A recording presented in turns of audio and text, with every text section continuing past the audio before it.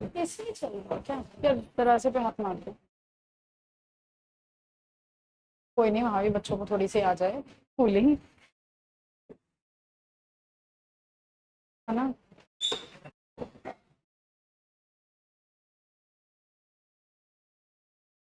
क्या हुआ बेटा?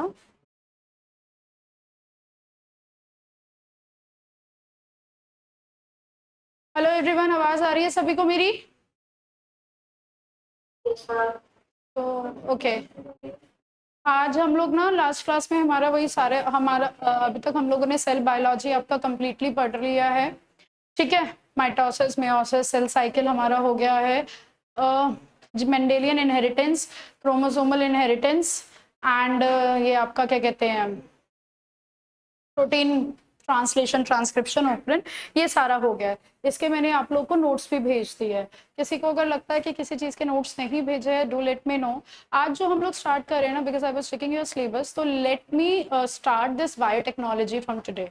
ठीक है, बिकॉज बायोटेक्नोलॉजी अगर आप देखोगे there is not much in the biotechnology part, एक और दो पार्ट है बस, दो तीन टॉपिक है। आज और एक और क्लास में मैं नेक्स्ट ट्यूसडे खत्म करा दूंगी। सो मैं अभी आज क्या है, अच्छा तो फिर सैटरडे खत्म हो जाएगा, तो मैं अभी बता रही हूँ नेक्स्ट ट्यूसडे आपका बायोटेक्नोलॉजी का जो है टेस्ट है। ठीक है, ऑल्सो आपने कहा था ना डीएनए फिंगरप्रिंटिंग, वो भी कर लेंगे आज, नहीं तो सैटरडे मैं आपको वो भी करा दूंगी। ठीक है, किसी और को भी लग रहा है कि नहीं हमें एक और कोई एक्स्ट्रा टॉपिक करना है, do let me know, I check कि आ सकता है या नहीं आ सकता, तो हम वो भी करते हैं। ठीक है, किसी को कोई डाउट है? Everybody prepare for test? ठीक है, कोई डाउट हो तो मुझे बता देना। I think Palak has texted me with few questions, मैं I was busy Palak, class के बाद I will check and you did somebody has texted me, I didn't check किसने भेजे हैं। आपने भेजे हैं?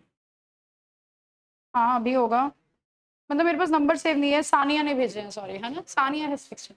Okay Sania, I didn't check it बेटा, मेरे पास नोटिफिकेशन आया था, मैं कुछ कर रही थी, तो after class I will answer you. ठीक है, क्या हुआ? आ जाए। हाँ, और आज का जो टेस्ट पेपर है ना वो गूगल फॉर्म पे नहीं है, क्योंकि ये जेनेटिक्स वाला टेस्ट है और इसमें आपको you need to use pen वगैरह, तो आई सेंड जो ऑनलाइन है उनको पीडीएफ, और वो पीडीएफ का आंसर मतलब अपने आंसर शीट में लिखकर अपने नाम ऊपर लिखकर जैसे मर्जी आप लोग मुझे ग्रुप जो है आपका उसी पे आप व्हाट्सएप कर दोगे। ठीक है, एंड देन नेक्स्ट क्लास में वो चेक करके मैं ऐसे पर्टिकुलर मार्क्स दूंगी सभी बच्चों को कि आपके इतने मार्क्स हैं, ये गलत है, and also I share the answer sheet by evening, वो मैं भेज दूंगी कि आंसर शीट इसकी ये है। ठीक है, आंसर की। क्या हर्षप्रीत, आज क्यों नहीं बेटा?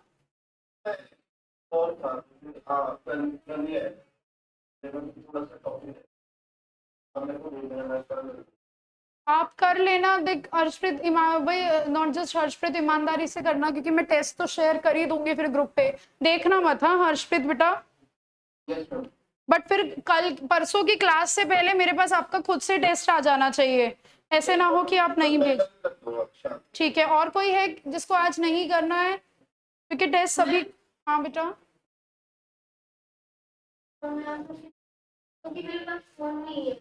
इट्स फाइन, आप टाइप करके आंसर भेज देना मुझे, है ना, 40 है, आप टाइप करके भेज देना, it is fine by me, I check. ठीक है, अपने आंसर्स में अपना नाम जरूर लिख देना, ऊपर नीचे जो फोटो भेजेगा ऊपर नाम लिख देना, मुझे कैसे पता किसका क्या है। चलिए, तो आज की जो क्लास है ना हम लोग स्टार्ट करेंगे रिकॉम्बिनेंट डीएनए टेक्नोलॉजी से या बायोटेक्नोलॉजी में। अब होता क्या है रिकॉम्बिनेंट, थोड़ा सा ना ऐसा, आई नो कि आप लोग के 12th क्लास में भी बायोटेक्नोलॉजी थी, इसमें हम है ऑलमोस्ट वही, थोड़ा सा एक्स्ट्रा है, कुछ चीजें हैं जो अलग हैं, उसमें कुछ चीजें एक्स्ट्रा थी जो हम आज नहीं पढ़ेंगे, ऐसा नहीं है कि सब सेम टू सेम वैसा ही है, उसमें भी कुछ चीजें एक्स्ट्रा थी, आज हम थोड़ा सा कुछ चीजों के बारे में, टॉपिक्स के बारे में थोड़ा हमें एक्स्ट्रा आज की क्लास में पढ़ना है।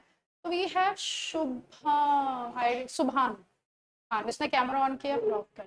सुभान खान, हेलो बेटा। हाँ, गुड इवनिंग, गुड मॉर्निंग, कुछ नहीं, हाय। ऐसे हम तो कैजुअल बडीज हो रहे हैं, चडी बडीज, है ना। हाँ हाँ, और बताइए मैम, हम लोग तो साथ ही खेलते, मजाक कर रही हो हाँ। चलो, तो लेट्स स्टार्ट विथ कॉपी लेके बैठी है मैडम आप? सुभान खान, सॉरी हाँ मुझे दिख नहीं रहा, सुभान खान आप कॉपी लेके बैठी है, पेन कॉपी दिखनी चाहिए, आपने नोट्स लिखेंगे हम लोग सभी। ठीक है। अब DNA technology, recombinant DNA technology या बायोटेक्नोलॉजी जो हमको पढ़ना है, इसमें क्या पढ़ना है? सो बेसिकली क्या है ना कि अगर आपको किसी भी ऑर्गेनिज्म का डीएनए या उसकी जो जीन है दूसरे ऑर्गेनिज्म में ट्रांसफर करनी है, फॉर एग्जांपल एक बैक्टीरियल जीन है उसको आपको ट्रांसफर करना है प्लांट जीन, प्लांट के अंदर, या ह्यूमन डीएनए को या ह्यूमन जीन को ट्रांसफर करना है बैक्टीरिया में, तो जिस भी डीएनए या जिस भी डीएनए में दो या उससे ज्यादा ऑर्गेनिज्म का डीएनए या जेनेटिक पार्ट होता है, उस डीएनए को हम लोग बोलते हैं रिकॉम्बिनेंट डीएनए। ठीक है। और वो organism, in case let's say यहाँ पे इशिता बैठी है हमारे पास, ठीक है, हमने क्या पहले भी किया है इंसुलिन वाला एग्जाम्पल। इशिता है हमारे पास, सुंदर सी इशिता बनाते हैं हम लोग, ठीक है। किस कलर की बनाओ इशिता आपको? पिंक कलर की इशिता।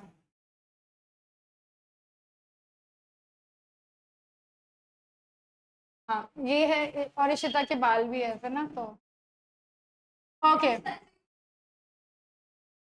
एक्सरसाइज कर।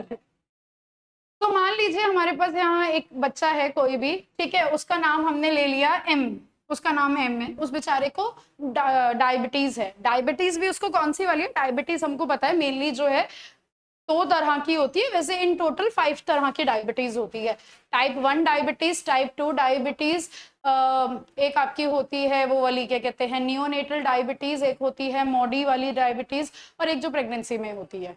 बट हमको नहीं पढ़नी है इतनी, हमको टाइप 1 और टाइप 2 का आपको डिफरेंस एटलीस्ट पता होना चाहिए कि टाइप 1 डायबिटीज जो होती है ना आपकी, टाइप 1 डायबिटीज जेनेटिक होती है या इनबॉर्न होती है, कि जो बचपन से ही आपको होगी। इसमें ना इंसुलिन जो होता है थोड़ा बहुत बन रहा होगा या बिल्कुल ही नहीं बन रहा होता है, जबकि जो टाइप 2 डायबिटीज है ना वो उम्र के साथ साथ होती है। It is a lifestyle disorder. Lifestyle disorder ये बोलते हैं सेडेंट्री लाइफस्टाइल डिसऑर्डर। सेडेंट्री का मतलब पता है ना आप लोग को? क्या सेडेंट्री का मतलब होता है? ठीक से बैठ जा, कथा हो रही है। अच्छा, सेडेंट्री का मतलब होता है जो आजकल सभी का है आलसियों वाला डिसऑर्डर, आलसियों वाला लाइफस्टाइल, नो एक्सरसाइज, ठीक है, ज्यादा जंक फूड खाना, कार्ब्स ज्यादा खाना, ये वाला जो होता है सेडेंट्री लाइफस्टाइल। सिटिंग ज्यादा होती है, वॉकिंग कम होती है, दिस काइंड ऑफ। तो वो टाइप 2 डायबिटीज है। उसमें हो सकता है उम्र के साथ साथ आपका इंसुलिन कम बन रहा है, ऐसा नहीं होगा कि एकदम से बनना ही बंद हो गया। बट जिनको टाइप 1 डायबिटीज है, जैसे कि ये जो यहाँ पे एम है, इस बेचारे बच्चे को टाइप 1 डायबिटीज है। अब इसको तो इंसुलिन बन ही नहीं रहा। इंसुलिन का काम क्या होता है? इंसुलिन का काम होता है जो आपकी बॉडी में शुगर है या ग्लूकोज है उसको डाइजेस्ट करना, ब्लड शुगर मेंटेन करना या ब्लड ग्लूकोज लेवल को मेंटेन करना। ठीक है। अब हमने क्या किया कि पहले के टाइम में ये जो आपकी टाइप 1 डायबिटीज जिनको होती थी उनको इंसुलिन चाहिए होता था, तो उन्हें इंसुलिन किससे मिलता था? या तो पिग या फिर कैटल्स। बेचारों को स्लॉटर किया जाता था, मर्डर कर देते थे बेचारों का। उनको मर्डर करने के बाद उनके पेनक्रियास से निकाला जाता था इंसुलिन और वो दिया जाता था। ठीक है। Of course animal insulin and human insulin में तो फर्क होगा ही होगा, तो उससे एलर्जीज या रिएक्शंस भी बहुत सारे होते थे। बट क्या करे, कोई और ऑप्शन नहीं था। फिर हमारे पास आई इशिता, तो पता लगा बहुत सारी बायोटेक्नोलॉजी कंपनीज ने 1970 में दे हैव स्टार्टेड एक्चुअली, ठीक है, 1970 में उन्होंने एक्सपेरिमेंट करना स्टार्ट कर दिया था। एंड बाय 1980 उन्होंने ना ये रिकॉम्बिनेंट डीएनए टेक्नोलॉजी बना ली थी। इसमें उन्होंने क्या किया कि उन्हें ये समझ आ गया कि उनके पास इशिता थी, कि इशिता जो है ना उसका हम अगर जीन ले ले, डीएनए ले ले, और उस डीएनए को हम किसी किसमें डाल दें, हम लोग बैक्टीरिया में डाल दे, ठीक है, और वो बैक्टीरिया अगर कॉपी करेगा तो इशिता की डीएनए वो इंसुलिन वाली जीन भी कॉपी करेगी और फिर हमें बहुत सारा इंसुलिन मिल जाएगा। बट इसमें ना प्रॉब्लम एक थी, वो प्रॉब्लम ये थी कि जो इशिता है या ह्यूमन है उनका जो डीएनए होता है वो हमें पता है 2 मीटर लंबा है। तब तक ये मैंने कब की बात बोली है? 1980 की बोली है ना। ह्यूमन जीनोम प्रोजेक्ट हमारा कब कंप्लीट हुआ है? 2000 में हुआ था। ह्यूमन जीनोम प्रोजेक्ट क्या कहता है कि उसमें उन्होंने ह्यूमन डीएनए या ह्यूमन जीनोम की जितनी भी जीन्स थी उनको सीक्वेंस किया था, यही तो वो कहता है। Thank you ma'am. ये आईमेट फलो का टेस्ट है ना, ठीक है।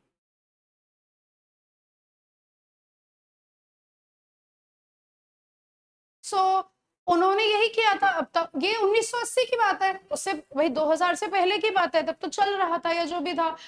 सो उस टाइम बायोलॉजिस्ट या जो साइंटिस्ट थे उनके लिए सबसे बड़ा चैलेंज ये था कि उन्होंने भर भर के यहाँ से इशिता का डीएनए तो निकाल लिया, मिल गया उन्हें DNA.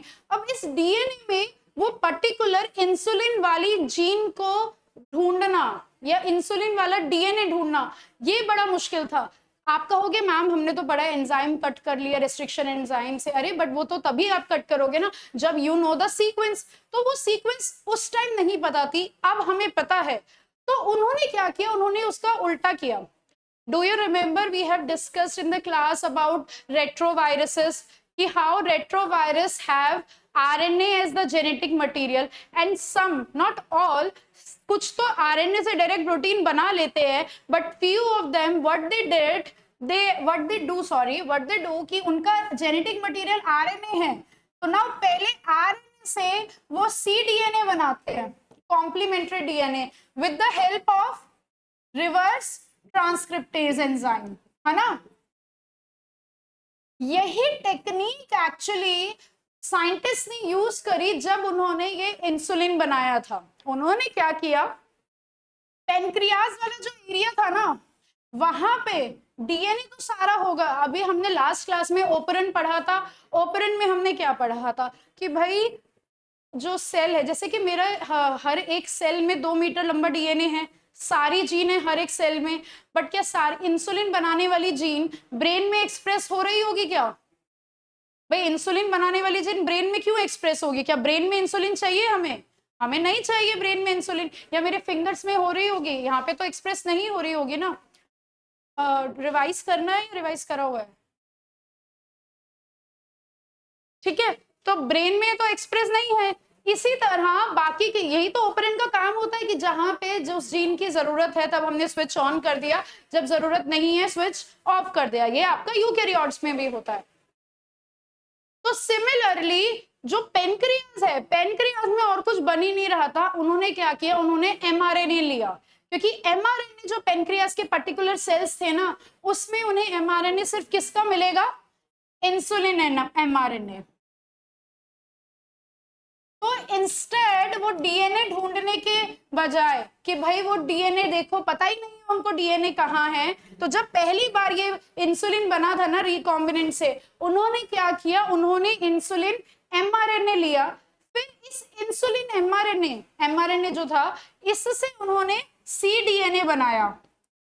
Okay, now of course कौन सा एंजाइम लिया उन्होंने, रिवर्स ट्रांसक्रिप्टेज एंजाइम, और ये उन्होंने किसमें से निकाला होगा, फ्रॉम रेट्रोवायरस। रेट्रोवायरस से ही ये निकाला उन लोगों ने। अब उनको मिल गया cDNA। नाउ cDNA क्या होता है भाई, cDNA तो सिंगल स्ट्रैंडेड है, बट एक बार उनके पास स्ट्रैंड आ गई, इट वाज वेरी इजी। उनके पास एक स्ट्रैंड थी तो उन्होंने डीएनए पॉलीमरेज की हेल्प से डबल स्ट्रैंडेड या जो भी उनको चाहिए था उन्होंने वैसे बना लिया। नाउ दे हैव इशिता की जीन कौन सी वाली, जो इंसुलिन बनाती है। ओके ये समझ आया। I know this was new because आप लोगों ने आज तक सिर्फ ऐसे ही पढ़ा होगा कि एली लिली कंपनी ने जब इंसुलिन बनाया तो उन्होंने इंसुलिन वाली जीन ले ली डायरेक्ट, है ना। सो आप जब ये कैम्ब्रिज वाली ये बुक पढ़ोगे ना थोड़ा डिटेल, तो उसमें ये इस तरह से है, प्लीज उसको पढ़ना खुद से। नहीं ना, ये सॉरी तो पानी वानी चाय कॉफी वो बोल रही है, अगर बोलोगे तो मैम हाँ वो ले मंगाएंगे, ठीक है। अब क्या किया, ये जो बैक्टीरिया होता है इसको मैं दूसरे कलर से बना देती हूँ। बैक्टीरिया के अंदर ना एक तो उसका खुद का ऑफ कोर्स डीएनए जो होता है उसका, ठीक है, वो वाला, और एक एक्स्ट्रा क्रोमोसोमल होता है जिसको हम लोग क्या बोलते हैं, प्लाज्मिड। नाउ ये जो प्लाज्मिड है इसको कट किया, किससे कट करते हैं हम इन प्लाज्मिड को, correct. Now restriction enzymes are of two types, exonuclease, correct, endonuclease, ठीक है। एक्सोन्यूक्लियस का मतलब होता है, ये काम करते हैं एक तरह से मॉलिक्यूलर सीजर्स की तरह, कट कट कट कट करने का काम करते हैं। ये डीएनए स्ट्रैंड है। एक्सोन्यूक्लियस मतलब एग्जिट, एग्जिट की तरफ, तो ये कहाँ कट करेगा, ये एंड पे। सो बेसिकली जो एक्सोन्यूक्लियस होता है ना, इसको एक फ्री 5 प्राइम या 3 प्राइम एंड चाहिए कट करने के लिए, जबकि ये जो आपका एंडोन्यूक्लियस होता है ये कहीं भी कट कर देता है, मिड में ये कर देगा। हम लोग थोड़ा डिटेल में अभी पढ़ेंगे। I am just giving you a summary या इंट्रोडक्शन, नॉट इवन समरी, कि हम लोग इसमें क्या पढ़ना है और कैसे ये थोड़ा सा अलग है आपने जो पढ़ा है उससे। तो ये रिस्ट्रिक्शन एंडोन्यूक्लियस की हेल्प से हमने ये जो प्लाज्मिड है इसे कट कर दिया।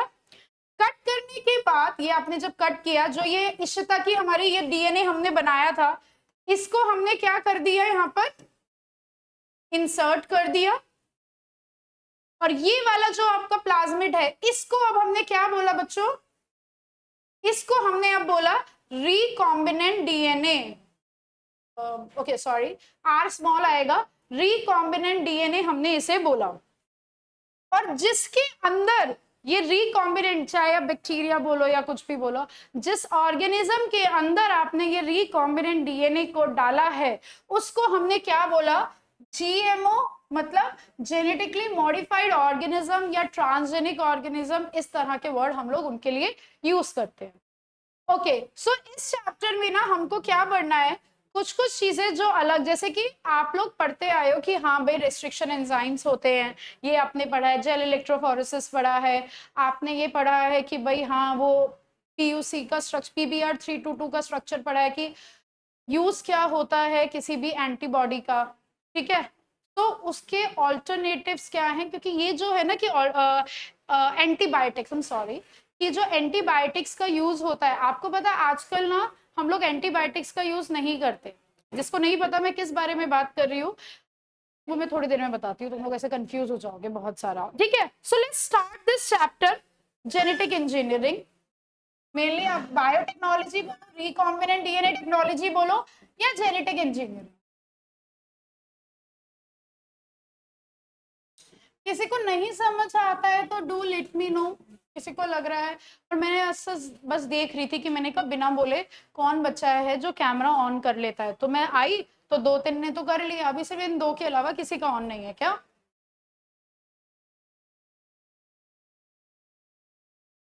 नहीं, क्यों नहीं ऑन करते, क्या हो जाता है?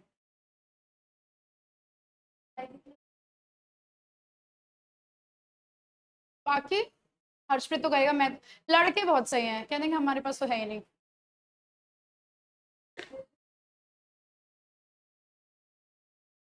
नहीं, इसे तो मार खाएगी क्या? मैंने तो पहले ही बोला तुम दोनों ही हो सामने, पिट पिट जाओगे। उमरा कहाँ है? उमरा जी आप हो क्लास में? तो फिर आप कैमरा क्यों नहीं ऑन कर रही हैं उमरा जी?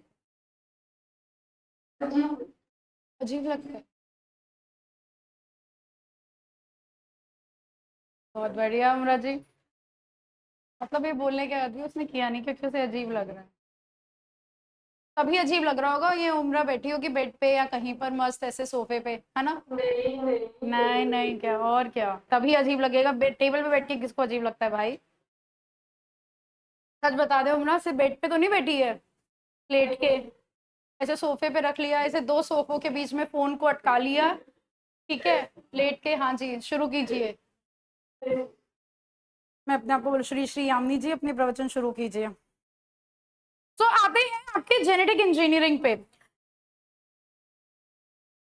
जेनेटिक इंजीनियरिंग का मकसद ही ये है, नाम से पता लग रहा है जेनेटिक इंजीनियरिंग, कि भाई हम ये चाहते हैं आपका जो डीएनए है, किसी का अगर डीएनए हम लोग निकाल के किसी और ऑर्गेनिज्म में डाल रहे हैं, ये जेनेटिक इंजीनियरिंग का पार्ट है कि हो सकता है कि कोई एरर हम लोग ठीक कर सके या कोई प्रॉब्लम इसे ठीक कर सके, ठीक है।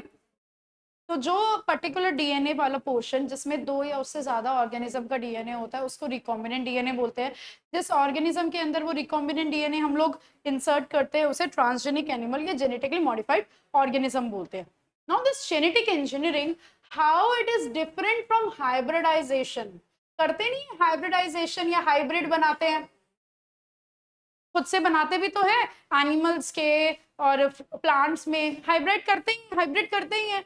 तो हाउ इज इट डिफरेंट? क्योंकि हाइब्रिडाइजेशन में ना आप पूरा का पूरा सेट लेते हो, और वो पूरा सेट ही जो है आपको नहीं पता एग्जैक्टली क्या उसमें चेंज हो रहा है, बट पूरा सेट, पूरा जो जीनोम है उसका वो ट्रांसफर होता है। जबकि जब हम जेनेटिक इंजीनियरिंग की बात कर रहे होते हैं तो हम एक पर्टिकुलर डीएनए सीक्वेंस जो है उसको हम लोग ट्रांसफर करते हैं। आपको पता है आजकल तो ना इसकी जरूरत भी नहीं है, ऐसी टेक्नोलॉजीज आ गई है कि ये किसी का, मान लो अभी हम बात कर रहे थे कि इंसुलिन के लिए हमको इशिता की जीन निकालनी है, आजकल तो ये जीन निकालते भी नहीं है, किसी के डीएनए से जीन निकालने की जरूरत क्या है, हमारे पास already because of human genome project हमारे पास सीक्वेंसिंग है। ठीक है, सबको पता है कि एक पर्टिकुलर इंसुलिन जीन या कोई भी एक्स वाई जीन है, वो अगर उसको एक पर्टिकुलर प्रोटीन के जो भी जीन है वो इस तरह से उसका ये सीक्वेंस है, आप डीएनए पॉलीमरेज का यूज करोगे, आप लैब में खुद से बना सकते हो स्ट्रैंड। ये मैं नहीं बोल रही, आपकी बुक में भी लिखा है और एक्चुअली में ऐसा होता है कि आप खुद से वो स्ट्रैंड बना सकते हो and then you can just insert it into the plasmid,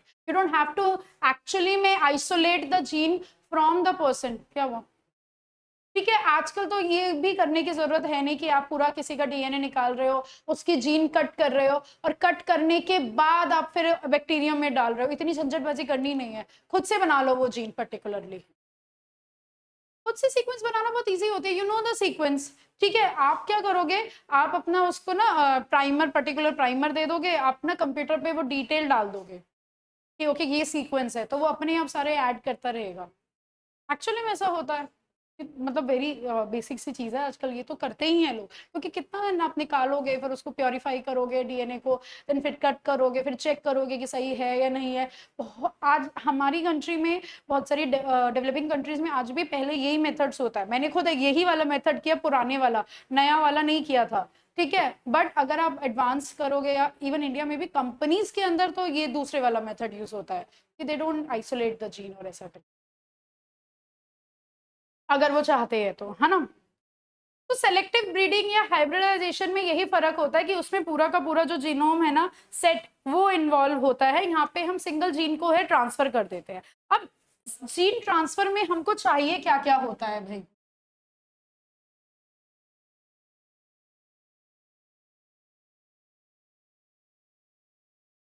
क्या क्या चीजें हमको जीन ट्रांसफर के अंदर चाहिए होती है। सबसे पहली बात तो वो जीन, एक जीन चाहिए हमें जिसको ट्रांसफर करना है आइडेंटिफाई करके, है ना। अब तो बहुत इजी है आइडेंटिफाई करना, पहले थोड़ा सा डिफिकल्ट होता था जो मैंने आपको बताया ही, क्योंकि आफ्टर एचजीपी मतलब ह्यूमन जीनोम प्रोजेक्ट आपके पास सीक्वेंसिंग है, you can easily identify. But सबसे पहली बात तो ये है एक जीन, ठीक है। फिर हमें उस पर्टिकुलर जीन की मल्टीपल कॉपीज चाहिए, और वो मल्टीपल कॉपीज हम लोग को इस चैप्टर में पढ़ना भी है, किससे बनेंगी, PCR, polymerase chain reaction. PCR का तो काम ही ये होता है कि डीएनए को क्या करना, एम्पलीफाई करना, उसकी बहुत सारी कॉपीज बनाना। थर्ड, आपको फिर ना ऐसे लिखते हैं, जीन को फिर हम इंसर्ट करेंगे किसी वेक्टर में,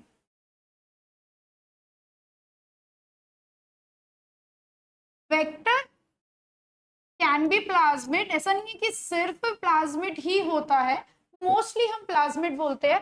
बट अब अगर कोई भी आगे जेनेटिक इंजीनियरिंग करता है, पढ़ेगा, तो आप, ऐसा नहीं है कि सिर्फ प्लाज्मिड ही वेक्टर की तरह काम करता है। बैक्टीरिया का जो क्रोमोसोम, अगर आपको बड़ी वाली जीन को ट्रांसफर करना है तो आप बैक्टीरियल क्रोमोसोम, फंगल ये जो होते हैं इनके क्रोमोसोम को भी आप यूज करते हो। ठीक है, नॉर्मली प्लाज्मिड होते हैं। आपको दो वर्ड्स और पढ़ने हैं, या तो प्लाज्मिड या actually viruses and liposomes. Liposomes are nothing, lipids with DNA in them. Mainly हमें तीन पढ़ना है अभी, वो बैक और यैक नहीं, वो थोड़ा डिफरेंट है, bacterial artificial chromosome and yeast artificial chromosome, no. पर हमें क्या करना है कि वेक्टर जैसे कि plasmid, viruses and liposomes, lipid, lipid है उसके अंदर डीएनए, हम लोग पढ़ेंगे डिटेल में अभी। ठीक है, नाउ वेक्टर के अंदर वो ऑफकोर्स वेक्टर अपने साथ जीन को लेके किस में एंटर कर जाएगा, the vector with gene enters into cell, कि भाई जो सारे वेक्टर्स, या तो मैं एक ही बात कर रही हूँ, एंटर कर जाएंगे, और अब उस सेल को हम आइडेंटिफाई कर लेंगे, जिसके अंदर भी आइडेंटिफाई द सेल जिसके अंदर भी वो जीन गई है, एंड देन उसको क्या करेंगे, क्लोन कर लेंगे, उसकी बहुत सारी हम लोग कॉपीज बना लेंगे। ये हमारा प्रॉपर मेथड है जीन ट्रांसफर का। अब इसमें हमें क्या क्या चाहिए होता है, इन सब को करने के लिए ना हमें 3 चीजों के बारे में पढ़ना है। पहला हम पढ़ेंगे रेस्ट्रिक्शन एंजाइम्स के बारे में, दूसरा हम पढ़ेंगे वेक्टर्स के बारे में, एंड तीसरा जो हम लोग पढ़ेंगे यहाँ पर हम पढ़ेंगे मार्कर्स के बारे में। वही जो मैं अभी बोल रही थी ना, एंटीबायोटिक रेसिस्टेंट जीन जो होती है ये मार्कर्स की तरह काम करती है। तो ये 3 चीजें हम लोगों को आज पढ़नी है। So let's start with restriction enzyme.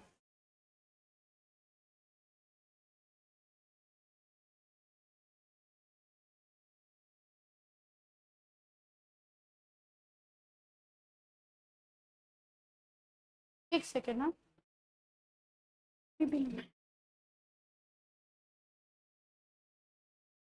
Ma'am तो पीछे को तो मैं लिख रहा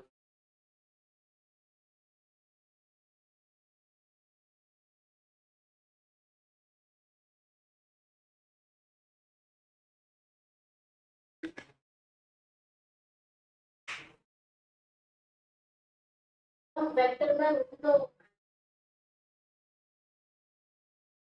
1 मिनट।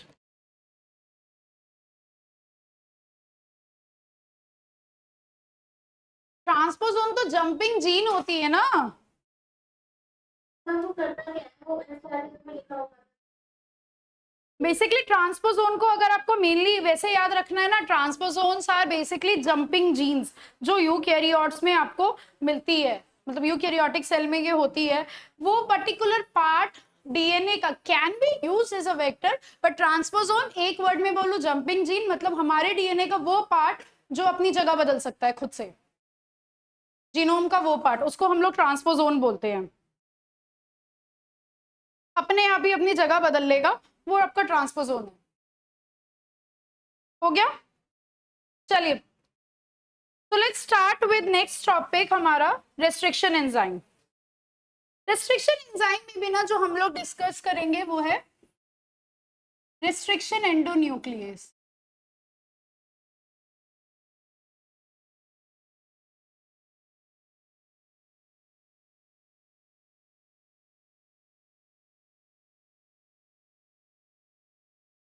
रेस्ट्रिक्शन एंडोन्यूक्लियस ये बेसिकली क्लास ऑफ एंजाइम है जिसका काम होता है डीएनए को ब्रेक करना। एक्चुअली में ना ये तो हम लोग यूज करते हैं, ओरिजिनली ना ये बैक्टीरिया के अंदर उसके मतलब अंदर प्रेजेंट होती है। ये रेस्ट्रिक्शन एंडोन्यूक्लियस जो होते हैं ना, ये जो रेस्ट्रिक्शन एंजाइम्स है, ये बैक्टीरिया का एक तरह से क्या कहते हैं उसको, यार अपने आप को रक्षा करने को क्या बोलते हैं, सेल्फ, हाँ self what, self defence mechanism. ये सेल्फ डिफेंस मैकेनिज्म है कि ये क्या करता है, ये जो पर्टिकुलर एंजाइम्स होते हैं कि बैक्टीरिया के अंदर किसी बैक्टीरियोफेज क्या होते हैं, वायरस जिनके होस्ट बैक्टीरिया होते हैं, बैक्टीरियोफेज की अगर डीएनए जो है एंटर करता है तो वो उसको कट कट कट कर देते हैं। ये काम होता है रेस्ट्रिक्शन एंजाइम्स का। हमने ये अपने लिए यूज कर लिया कि हम इस तो बेसिकली रेस्ट्रिक्शन एंजाइम हम बना नहीं रहे हैं, हम लोग निकाल रहे हैं ये बैक्टीरिया से, कि हम इसे अपने लिए यूज कर लेते हैं कि अगर हमें पर्टिकुलर कोई डीएनए को कट करना है, so we also use restriction enzyme. Otherwise हम कैसे कट करेंगे, हमें थोड़ी ना डीएनए दिख रहा है जो हम ऐसे इतना बड़ा सा लिखते रहते हैं ए टी टी टी, आपको दिख थोड़ी ना ए टी टी टी है, ऐसा कुछ दिखता थोड़ी ना, वो तो उनका क्या कहते हैं शेप या स्ट्रक्चर थोड़ा सा अलग होगा, इस वजह से हमें पता है ये ए है ये टी है। डीएनए पे थोड़ा लिखा है एक्चुअली में कि यहाँ पे ए है टी है जी है। हाँ बिल्कुल बिल्कुल, ठीक है। Endo, now what is this endo meaning, endo मतलब होता है विद इन, जो बीच में इसे कट कर रहा है ना,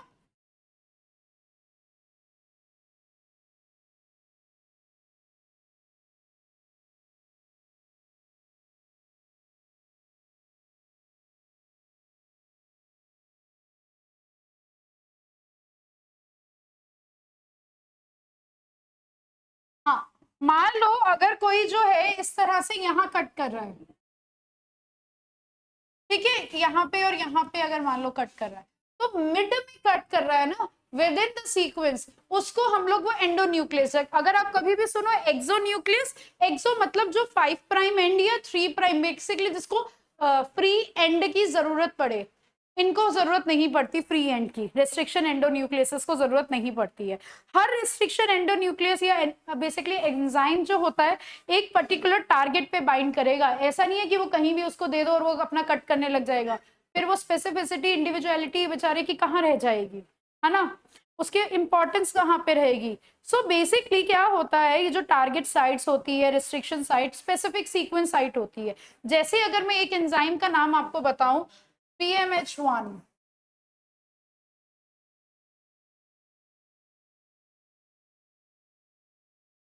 क्या हुआ बेटा, BAM-H1 बोल लो, BAM। इसके जो सीक्वेंस है वो हमेशा कहाँ कट करेगा, एक स्ट्रैंड पे होना चाहिए GGATC और दूसरी स्ट्रैंड पे होना चाहिए CCTAGG।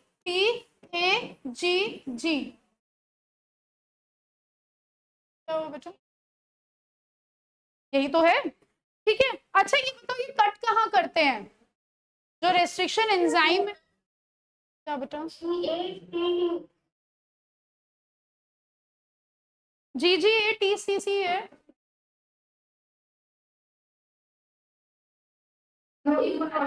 वो इकोराई का होता है GAATTC। तो ये कट कहाँ पे करते हैं, ये बेसिकली कट करते हैं इसकी बैकबोन को। यहाँ पे हमें पता है कि ये आपस में तो जुड़े ही नहीं होते कभी भी, ये जुड़े हुए होंगे, ठीक है।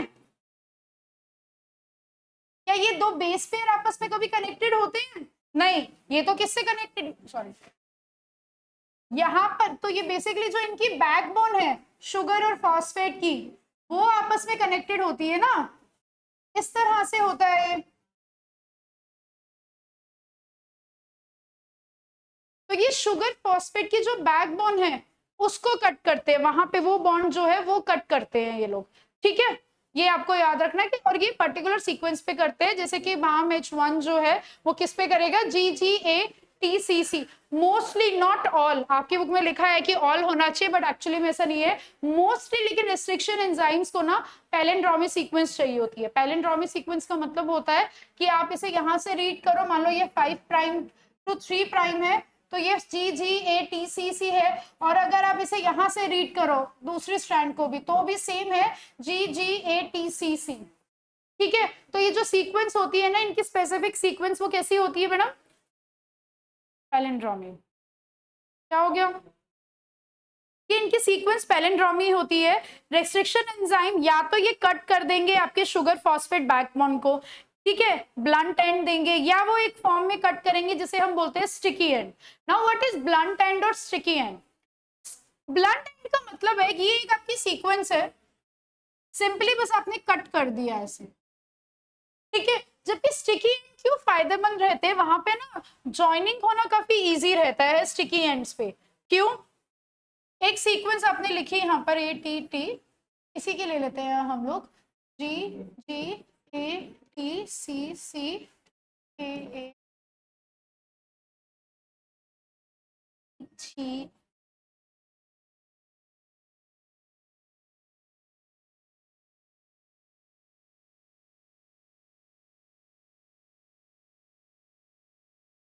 बस इतनी ले लो यार, छोड़ो बहुत ज्यादा हो। यहाँ पे हमने लिया TTTCCTAGGTTT। ना स्टिकी एंड क्या करेगा, स्टिकी एंड कट करेगा कि इस तरह से जब दूसरी जगह पे वो जाएगा ना जोड़ने, तो वो इजीली क्या हो जाएगा वहां पे स्टिक, मतलब कि वहां पे ये ऐड हो जाएगा, लाइगेज एंजाइम बहुत इजीली बन जाएगा। जैसे वो इसमें कट होगा, ये वाली यहाँ पे इस तरह से जो है कट होगा, इस तरह से ये वाला पोर्शन बेसिकली, फिर कट होने के बाद क्या पोर्शन मिलेगा आपको, AAG यहाँ पे, और यहाँ TTCCTAG।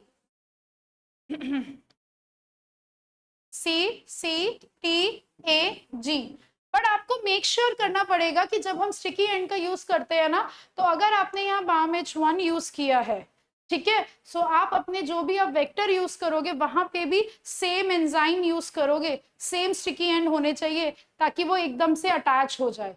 अगर आपने कोई और यूज कर लिया तो वो उसको कॉम्प्लीमेंट्री होगा ही नहीं, और अगर कॉम्प्लीमेंट्री नहीं होगा तो अटैच होगा नहीं। ये आपको इस चीज का ध्यान रखना होता है। रेस्ट्रिक्शन एंजाइम की जो नेमिंग होती है, नेमिंग का क्या मतलब होता है, जैसे कि आपका वेरी फेमस ई कोराई जो होता है, ई इज फॉर एस्केरिशिया जो उसका जीनस होता है, ओ फॉर स्कोलाई जो उसका स्पीशीज होता है, R is for strain RY13 and 1 कि वो इस पर्टिकुलर बैक्टीरिया में ये पहला ऑर्डर ऑफ ना डिस्कवरी कह लो या ऑर्डर ऑफ कि भाई पहला ये एक्चुअली में आपका एंजाइम है जो डिस्कवर हुआ है, ठीक है, उसको हमने क्या बोला यहाँ पे, ये E-CORAR1 हो गया। आप लोग को शेयर इन द नोट्स या मैं अभी ग्रुप पे अभी ही भेज देती हूँ कि आप लोग लिख लेंगे E-CORAI BAM-H1 HIN3 and HAE2, इसके ना आप एक बार देख लेना। As such, they won't ask you नाम कि हाँ जी ये कौन सा नाम है और इसका क्या ऑर्गेनिज्म है जिससे रिलीज किया है, बट स्टिल पढ़ लेना, सुनाई नहीं दे रहा हूँ।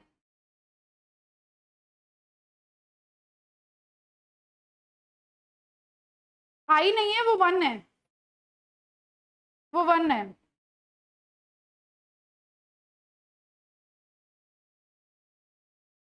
ठीक है, आई हैव सेंड, कोई बच्चे को नहीं मिला है तो मुझे बता देना कि मैम ग्रुप पे नहीं आया है।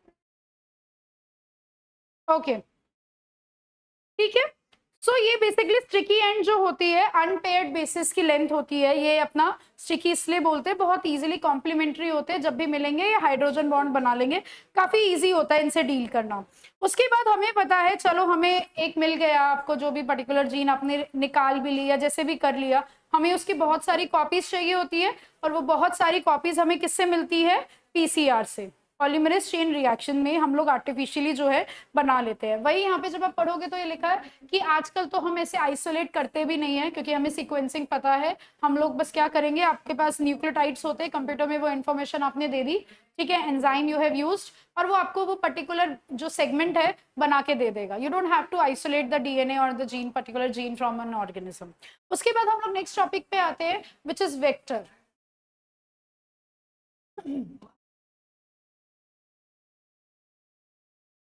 वेक्टर्स जो होते हैं जैसे कि प्लाज्मिड, देखो नाम से पता लग रहा है वेक्टर, वेक्टर का मतलब क्या हुआ कि भाई वो जो आप कोई भी एक चीज को दूसरी जगह पहुंचा रहा है, यही तो काम हुआ ना कि किसी भी चीज को पहुंचा रहा है। वेक्टर जैसे कि हम लोग एनोफिलीज मस्कीटो है या एडीज मस्कीटो है, क्यूलेस मस्कीटो है, इनको हम वेक्टर बोलते हैं। क्यों? क्योंकि ये मलेरिया, डेंगू एंड एलिफेंटियासिस जैसे ये जो डिजीज रिस्पेक्टिवली ये कैरियर है या वो लेके घूमते रहते हैं, इसलिए उन्हें वेक्टर बोलते हैं। तो प्लाज्मिड भी वेक्टर इसलिए है कि जो भी हमारा इंटरेस्ट है, जो भी जीन ऑफ इंटरेस्ट है, उसको हम प्लाज्मिड में ऐड करेंगे और फिर हम इसे क्या करेंगे, बैक्टीरिया में डालेंगे, और बैक्टीरिया जैसे जैसे कॉपी करेगा, प्लाज्मिड भी कॉपी करेगा, हमारी जीन भी कॉपी करेगी, और हमें जो प्रोडक्ट चाहिए वो अपना बनता रहेगा, फिर हम उसको प्योरीफाई करेंगे and then we will use it. ये हम लोग जनरली करते हैं। उसका तरीका क्या है कि भाई आपने कोई भी एक जीन ली, मान लीजिए ये DNA है, इसमें से आपने आइसोलेट कर ली ये जीन, ठीक है, ये आपका वेक्टर प्लाज्मिड है, इसको हमने यहाँ पे कट किया और ये आपका प्लाज्मिड में, ओके। अब हमने क्या किया, ये वाली जो जीन थी with the help of ligase और ये जो भी था ये हमने इसको जोड़ लिया, और इस प्लाज्मिड को हमने बहुत सारी कॉपीज बना के इस प्लाज्मिड को हमने क्या किया, बैक्टीरिया के अंदर एंटर करवा दिया। क्या आपको लगता है ये इतना इजी है? क्योंकि ये जो प्लाज्मिड है, बैक्टीरिया है, ये सारे माइक्रो मतलब कितने छोटे हैं, आप हाथों से तो कर ही नहीं सकते ना, तो हमें कैसे पता लगेगा कि ये प्लाज्मिड में एक्चुअली में कि भाई पहली बात तो हमें ये कैसे पता लगेगा कि प्लाज्मिड में हमारा जीन ऑफ इंटरेस्ट जो है वो गया है या नहीं गया है। दूसरा, हमें ये कैसे पता लगेगा कि अगर चलो प्लाज्मिड में एंटर किया है कि जितने भी हमारे प्लाज्मिड थे, क्या सब के सब जो है, तुम लोग को सबको नींद आ रही है आज, ऊपर जो जिनका कैमरा ऑन है सभी ऐसा लग रहा है सबको नींद आ रही है, कि भाई कैसे हमें पता लगेगा, हमें क्या करो, तुम लोग ही बोलते हो कि मुझे लगा कि मैं ना बहुत ज्यादा बात ज्यादा करती हूँ, तुम लोगों से पढ़ते हम लोग कम है, इट्स फाइन, मत करो कैमरा ऑन, मत पढ़ो, मैंने किया। हाँ भाई, कि भाई किसमें जो है आपका, ये देखो बातें कर रहे हैं मेरे सामने, बंद करूं, हमें नहीं लगी तो ओहो, मक्खन मत लगाओ तुम लोग मेरे। निकाल लो, अच्छा तुम बच्चों से क्या निकलवाओ, मुझे नहीं निकाल। ओह,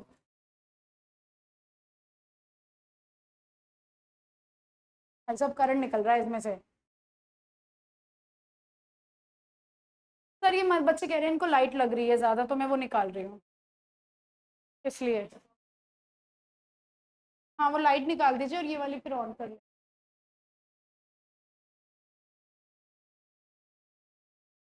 रेड वाला है ना सर? हाँ ये वाला ऑन करवा दीजिए। ये कोई नहीं, इट्स फाइन।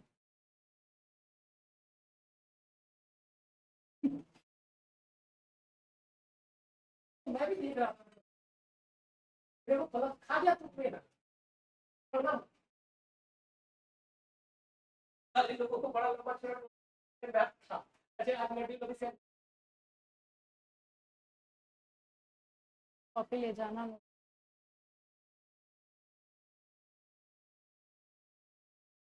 अच्छा हाँ, मैंने जो आपको नोट्स भेजे हैं ना इनहेरिटेंस बायोलॉजी के, जब मैं आपको बता रही थी कि there is one topic epistasis करके जीन इंटरेक्शन का, मैंने उसमें मेंशन किया था जब हम पढ़ भी रहे थे कि इतना नहीं पढ़ना बट आपको पता होना चाहिए कि दो से ज्यादा जीन जो होती है एक ही फैक्टर पे रिस्पॉन्सिबल होती है, that I have mention in that.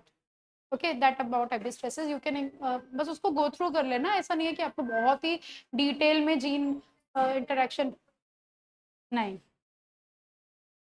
ठीक है, सो वेक्टर्स पे आ जाते हैं हम लोग अब कि वेक्टर्स का ये, तो बेसिकली आपको कैसे पता लगेगा कि ये पर्टिकुलर जो आपका बैक्टीरिया है उसके अंदर प्लाज्मिड एंटर किया है या नहीं किया है, दिखता थोड़ी ना है। तो इसका एक तरीका है और वो है एंटीबायोटिक रेसिस्टेंट जीन।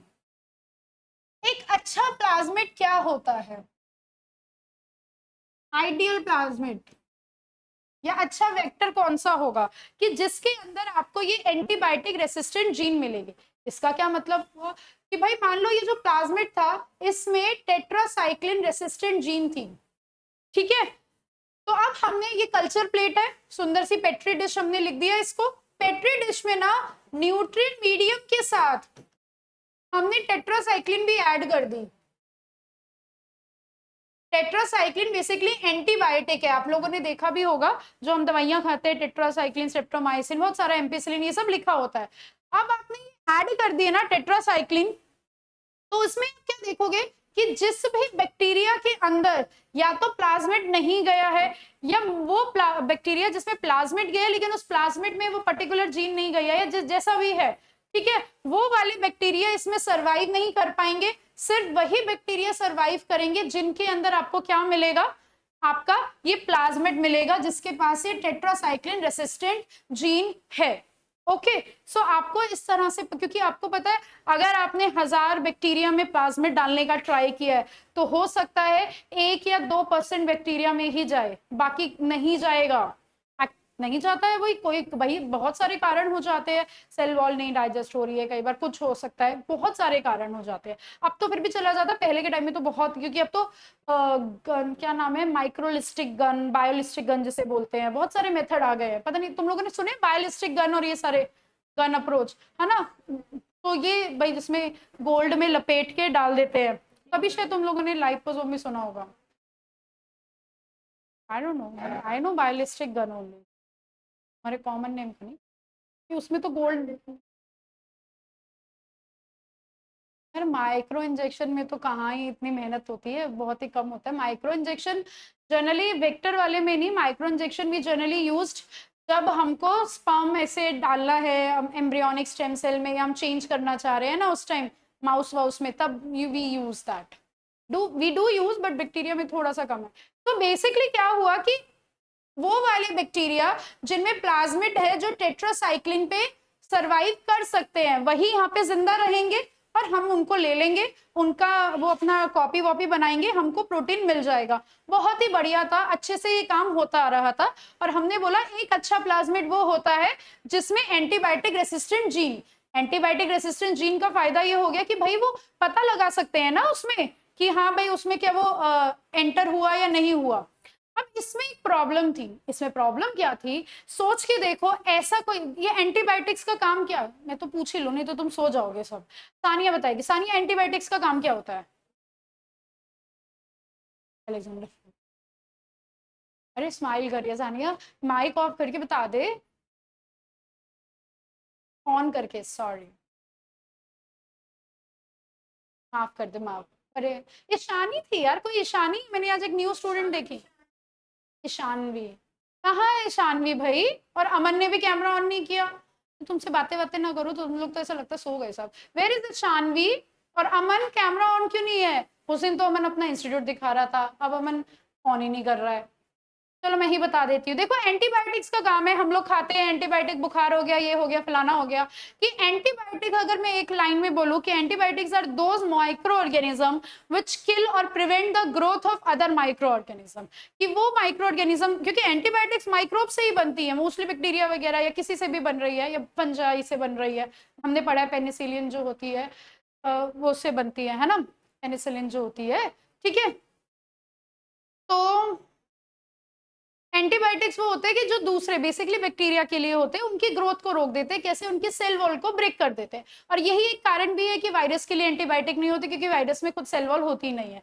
बट यहाँ पे जो साइंटिस्ट थे ना, उनको एक और चिंता हुई, उन्हें ये चिंता हुई, अगर हमने इस चीज को प्रमोट किया कि वो प्लाज्मिड, हमने इसको प्रमोट किया, हमने प्लाज्मिड में खुद से रेसिस्टेंट वाली जीन डाली है, अगर हम इस प्लाज्मिड को प्रमोट कर रहे हैं कि एंटीबायोटिक रेसिस्टेंट प्लाज्मिड को हम डाल रहे हैं, और वो बैक्टीरिया अगर खुले में आ गया, एनवायरनमेंट में आ गया, तो सोचो हमारे पास एक ऐसा बैक्टीरिया होगा जो जिसपे किसी एंटीबायोटिक का असर ही नहीं हो रहा है, और वो हमारे उसके लिए, एनवायरनमेंट के लिए बड़ा खतरनाक हो गया। आप समझ रहे हो मैं क्या बोल रही हूँ, कि भाई एंटीबायोटिक रेसिस्टेंट का मतलब है कि वो बैक्टीरिया जिसमें कोई एंटीबायोटिक का असर नहीं हो रहा है, तो यार पर्टिकुलर, चलो टेट्रासाइक्लिन का भी नहीं हो रहा है, बट अगर मान लो ये इस तरह से इवॉल्व कर गया कि इस पे किसी एंटीबायोटिक का असर नहीं हो रहा है, तो इसीलिए आज के समय में जब आप एक्सपेरिमेंट करते हो इस तरह के रिकॉम्बिनेंट डीएनए का भी, या आपको गाइडलाइंस मिली हुई कि इस तरह के एंटीबायोटिक रेसिस्टेंट जीन्स का यूज ना करके आप फ्लोरोसेंट टैग्स का यूज करो, ठीक है। अब ये फ्लोरोसेंट टैग्स क्या होते हैं? एक है जीएफपी, ग्रीन फ्लोरोसेंट प्रोटीन, ये आपको मिलता है जेलीफिश में।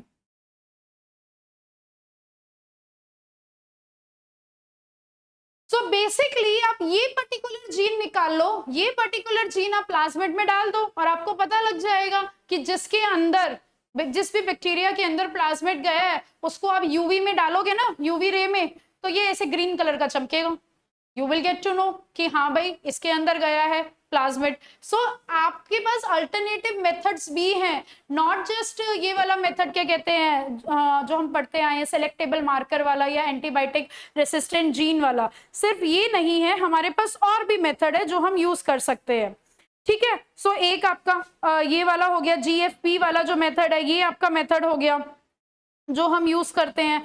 एक और मेथड है, ऐसा नहीं कि सिर्फ जीएफपी वाला है, फ्लोरोसेंट में यहाँ वो नहीं आएगा, और ठीक है, एक और है जिसको हम बोलते हैं गस, ये हो गया जीएफपी, एक गस करके है। नाउ व्हाट इज यहाँ पे गस, इट इज बीटा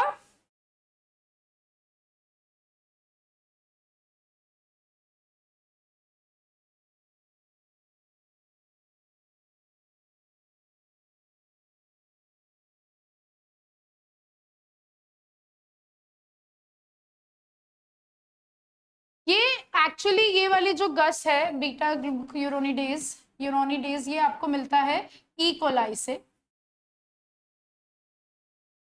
आप प्लाज्मिड के अंदर या वेक्टर के अंदर ये पर्टिकुलर जीन डाल सकते हैं। जब ये पर्टिकुलर जीन जो है आपने डाल दी, तो आपको ना एक सबस्ट्रेट देना पड़ेगा बाहर से जो कलरलेस होगा। जैसे ही आप वो कलरलेस सबस्ट्रेट इस पर्टिकुलर गस वाली जीन से मिलेगा ना, तो ये एक फ्लोरोसेंट कलर देगा, और आपको पता लग जाएगा। क्या अंकिता, ब्लैक जी क्या बोल रहे हो बेटा, मुझे दिख नहीं रहा। अच्छा, बीटा गैलेक्टोसिडेज वाला ना, वो भी एक तरीका है, वो भी मैं पढ़ाती हूँ एक बार। हाँ, ये लो, बीटा ग्लूक्यूरोनिडेज, ये ई कोलाई से निकलता है ओरिजिनेट। अगर किसी भी ट्रांसफॉर्म सेल में ये एंजाइम है, इसके ऊपर हमने क्या डाल दिया, एक कलरलेस सबस्ट्रेट डाल दिया, तो ये अपना कलर फ्लोरोसेंट प्रोडक्ट मतलब दे देगा, हमें पता लग जाएगा इसके अंदर आपके प्लाज्मिड है या आपका जो भी पर्टिकुलर वेक्टर है वो इसके अंदर प्रेजेंट है। ठीक है, ये वाला। अब एक और तरीका है। अच्छा, अब एक बात बताइए, अभी हमने जो लास्ट क्लास में पढ़ा था, हमने ओपरन के बारे में पढ़ा था। ओपरन में हमने एक सबसे इंपॉर्टेंट चीज क्या पढ़ी थी, सबने नोट कर लिया पीछे वाला? हाँ, ओपरन में हमने सबसे इंपॉर्टेंट चीज क्या पढ़ी थी, हमने पढ़ी थी कि प्रमोटर होना बहुत जरूरी है, क्योंकि प्रमोटर ही वो जगह है आरएनए पॉलीमरेज जहाँ पे आके बाइंड करेगा। आरएनए पॉलीमरेज को पता लगता है कि ये टेम्पलेट स्ट्रैंड है, ये कोडिंग स्ट्रैंड है, और आपका ट्रांसक्रिप्शन जो है स्टार्ट होता है।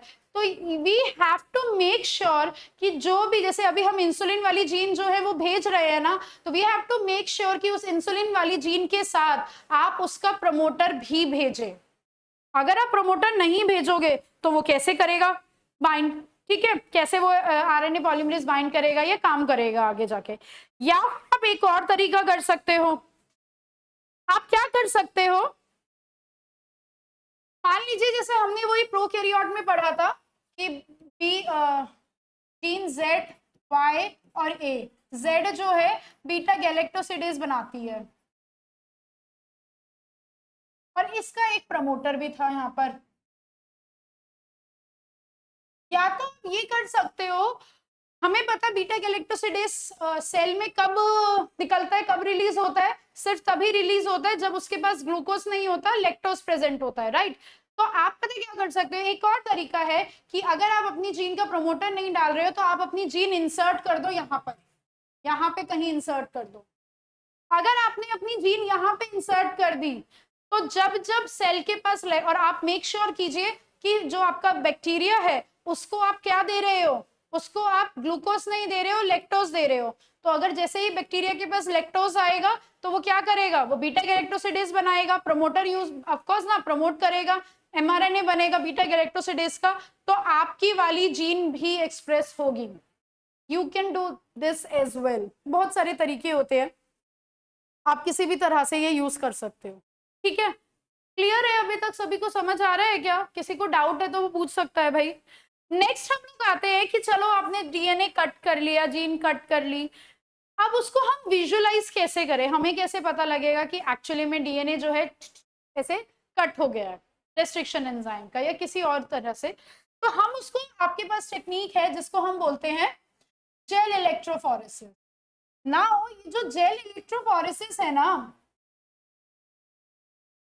इसमें आप डीएनए को, आरएनए को एंड इवन प्रोटीन को, किसी को भी सेपरेट कर सकते हो। इसका क्या मतलब है कि भाई ये एक आपकी ट्यूब है, ठीक है, ये जो आपकी ट्यूब है इसमें बहुत सारे डीएनए, आपने डीएनए निकाला, पहले आइसोलेट करा मैंने डीएनए और इस तरह का था, फिर मैंने यहाँ पे रेस्ट्रिक्शन एंजाइम यूज किए कट करने के लिए, कोई पर्टिकुलर एक या दो जो भी मुझे यूज करना था।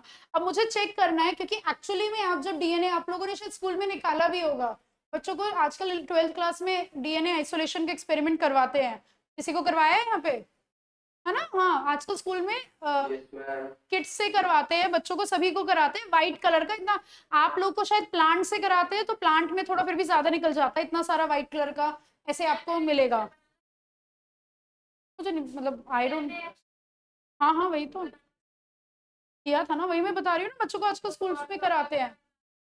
क्या आता है? सो आपको कैसे पता लगेगा, हमें तो नहीं दिख रहा है ना डीएनए, हमने उसमें चलो एंजाइम भी डाल दिया, आपको तो कुछ नहीं दिख रहा कि वो कट हुआ या नहीं हुआ। तो हमें ये बैंड्स को जो है सेग्रीगेट करना है, सेपरेट करना है, that we do with the help of gel electrophoresis. Gel electrophoresis जो होती है ना, उसमें जेल है तो किसी ना किसी का तो बनेगा। जब आप डीएनए या आरएनए करते हो ना, तब तो हम एग्रोस जेल यूज करते हैं, ठीक है, और जब हम प्रोटीन के बैंड्स को अलग करते हैं तब हम लोग कौन सा जेल यूज करते हैं, पॉलीएक्रिलामाइड जेल। इसीलिए आप जब जेल इलेक्ट्रोफोरेसिस अगर प्रोटीन में होती है तो उसको हम लोग बोलते हैं पेज। पॉलीएक्रिलामाइड जेल इलेक्ट्रोफोरेसिस अगर प्रोटीन में है, क्योंकि उसमें हम पॉलीएक्रिलामाइड जेल यूज करते हैं, अदरवाइज डीएनए मोस्टली हमें डीएनए का ही पढ़ना है, तो उसमें हम लोग एगरोस यूज करते हैं। नाउ ये जो जेल इलेक्ट्रोफोरेसिस में जो सेपरेशन होता है बैंड्स का या डीएनए, अगर हम डीएनए की बात करें यहाँ पे स्पेसिफिकली, तो ये किसके बेसिस पर होता है? सबसे मेन तो base on the basis of charge, charge के बेसिस पर होता है। डीएनए में हमें पता है नेगेटिव चार्ज होता है, ठीक है, तो ये किसकी तरफ जाएगा? एनोड की तरफ। और अगर कोई पॉजिटिव चार्ज वाला होगा तो वो कैथोड की तरफ जाएगा, क्योंकि एनोड में क्या होती है? पॉजिटिव रोड को एनोड बोला जाता है। सो अगर हमने इस तरह से बनाया, आप लोगों ने जेल इलेक्ट्रोफोरेसिस भी किया है क्या? सभी ने स्कूल में नहीं करवाया? किसी को भी नहीं करवाया? तो सबसे पहले ना आप क्या करते हो, जब हम जेल इलेक्ट्रोफोरेसिस करते हैं, आप अगार लेते हो, पाउडर होता है, उसको आप बफर में मिक्स करते हो। मिक्स करने के बाद देखो, अगार एक तरह से क्या है? एक तरह से नेट लाइक स्ट्रक्चर है, जिसके बीच में से डीएनए आपका जा रहा है। तो अगार के अंदर ना, अगर मैं इस तरह से अगार आपको बताऊं, ये इस तरह का होता है,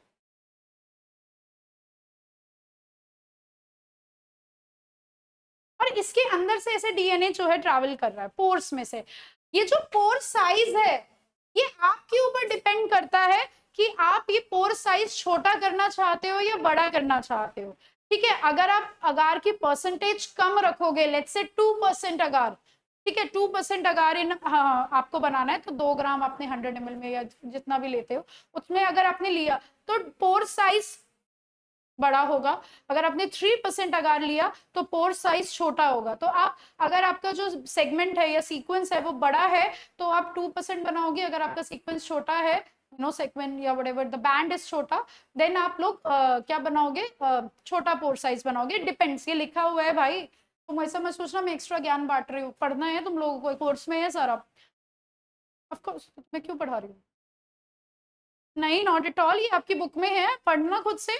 आप कैम्ब्रिज वाली बुक खोलोगे, उसमें एग्जैक्ट ये वर्ड्स लिखे हैं कि एग्रोज यूज करते हैं, पेज में पॉलीक्रोमाइड जेल यूज करते हैं, प्रोटीन में अगार साइज जो सॉरी अगार पोर्स जो होते हैं एग्रोज में 2%, 3%, 2%, आपको डिपेंड करता है। अगर आपको पोर साइज छोटा रखना है तो थोड़ा 3% बनाओ, अगर आपको 1%, अगर आपने 10% बना दिए तो डीएनए ट्रैवल ही नहीं करेगा, बिल्कुल भी जा ही नहीं पाएगा। सो ये these things are in your book, are in your course, जब हम पढ़ रहे हैं। अच्छा, और उसमें क्या होता है कि यहाँ पे ना आप, ये वेल बोलते हैं इन्हें, जिसमें आप डीएनए या अपना जो भी आपका है न्यूक्लिक एसिड, उसको हमने पोर किया। जब आपने पोर किया ना, यहाँ पे तो ऑफकोर्स कैथोड होगी और यहाँ पे एनोड होती है, इलेक्ट्रिक चार्ज फ्लो करता है, ठीक है, और आपका डीएनए रन करता है। जो स्मॉलेस्ट होगा वो सबसे आगे होगा, और जो लार्ज होगा, मॉलिक्यूलर मास इसका हाई होगा, उसका बैंड पीछे होगा। मान लो इस तरह से है, तो सबसे छोटा ये वाला है, फिर ये और फिर ये, ऐसे ही तो होता है ना। ये आपका जेल इलेक्ट्रोफोरेसिस है, कि जिसमें आप क्या करते हो, आप अपने डीएनए सेगमेंट्स जो होते हैं उन्हें आप सेग्रीगेट कर सकते हो या सेपरेट करते हो। सेम आप प्रोटीन्स में भी करते हो ना। प्रोटीन्स में चार्ज जो होता है वो किस पे डिपेंड करता है? अगर हम अमीनो प्रोटीन्स, ये क्लियर है? किसी को डाउट इसमें? बनाना है किसी को? हो गया? तो प्रोटीन्स क्या होते हैं? Proteins are nothing long chain of amino acid, right. Amino acid का स्ट्रक्चर क्या होता है? सी, यहाँ पर आपका NH3 हो गया, ओ माइनस, यहाँ पे हाइड्रोजन, और ये आर, ये जो आर ग्रुप है ना, इसमें आर ग्रुप कैन भी नेगेटिव हो सकता है, यहाँ पे आर ग्रुप आपका पॉजिटिव हो सकता है, कोई भी हो सकता है। यहाँ पे पॉजिटिवली चार्ज भी हो सकता है, नेगेटिवली चार्ज भी हो सकता है। सो इसीलिए ना हम लोग यूजुअली प्रोटीन्स में हम लोग देखते हैं कि नेट नेगेटिव चार्ज होता है, ठीक है। सो यहाँ पे हम लोग यूज करते हैं प्रोटीन्स को। अच्छा, आपको पता है प्रोटीन्स जो हम लोग ये यूज करते हैं, जैसे कि सिकल सेल एनीमिया है, सिकल सेल एनीमिया हो गया, या आपका हीमोफीलिया होगा, उसमें भी हम लोग ये पेज यूज करते हैं। इवन आजकल लैब्स में तो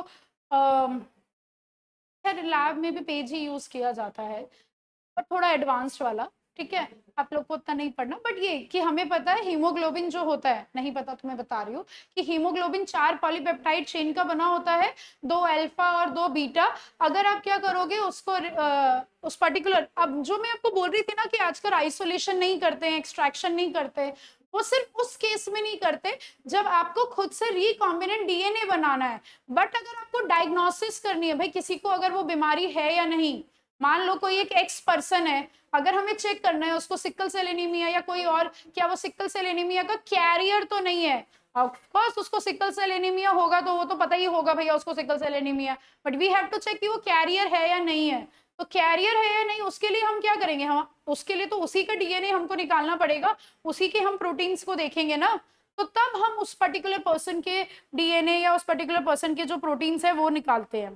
ठीक है, और आप लोग रन करते हो आपको पता लग जाएगा कि ओके, क्योंकि जनरली हीमोग्लोबिन मॉलिक्यूल्स जो होते हैं सिकल सेल एनीमिया वाले में, उनमें ना लोअर नेगेटिव चार्ज होता है एज कंपेयर टू नॉर्मल में, तो वो डिफरेंस पता लग जाता है and then you can find out कि उसमें वो पर्टिकुलर प्रोटीन है या नहीं है।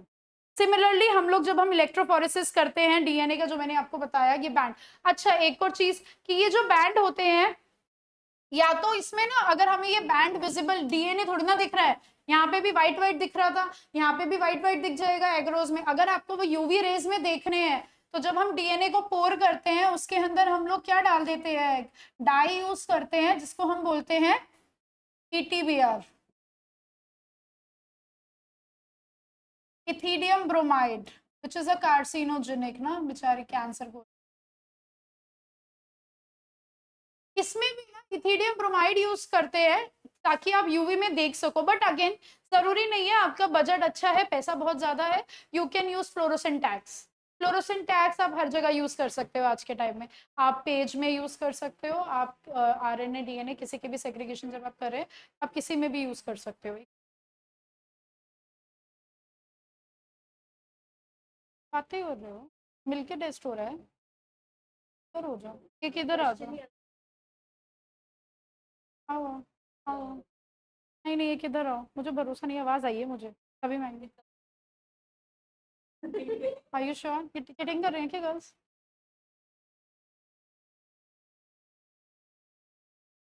क्या हो गया आपको? इशिता बहुत ज्यादा एक्सप्रेशन देती है ना? नहीं इशिता, सो या ये आपका क्या हो गया, ये आपका जेल इलेक्ट्रोफोरेसिस हो गया। इसी में आता है, अगर हमको ना नेक्स्ट क्लास में मैं कराऊंगी थोड़ा सा VNTR वाला, नहीं तो तुम तो सो जाओगे आज। बस एक लास्ट टॉपिक है फिर मैं टेस्ट लेती हूँ, विच इज PCR पॉलीमरेज। तुम लोग आज, मुझे ही लग रहा है सब सच में सो रहे हैं आज, थके हुए बोरिंग बोरिंग से तुमको लग रहा है। भाई तुम, इंटरेस्टिंग टॉपिक है, पढ़ लो, फिर मैं बातें बातें करूँ तुम लोगों से तब करोगे। ऐसा है क्या? मैं बातें नहीं कर रही इसलिए तुमको नींद आ रही है कि मैं बस पढ़ाई जा रही हूँ, इसे बोरिंग सी क्लास हो रही है, शर्म आ रही है बोलते हुए? बताओ यार। और समय, रुद्रा कहाँ है भाई? Where is Rudra? रुद्रा है कि क्लास में? समय नहीं आई है वो, आज आज टेस्ट वाले दिन रुद्रा नहीं आई? बताओ,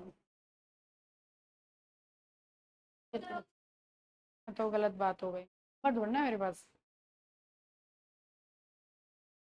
बताओ यार। जैसे ही मैंने बोला,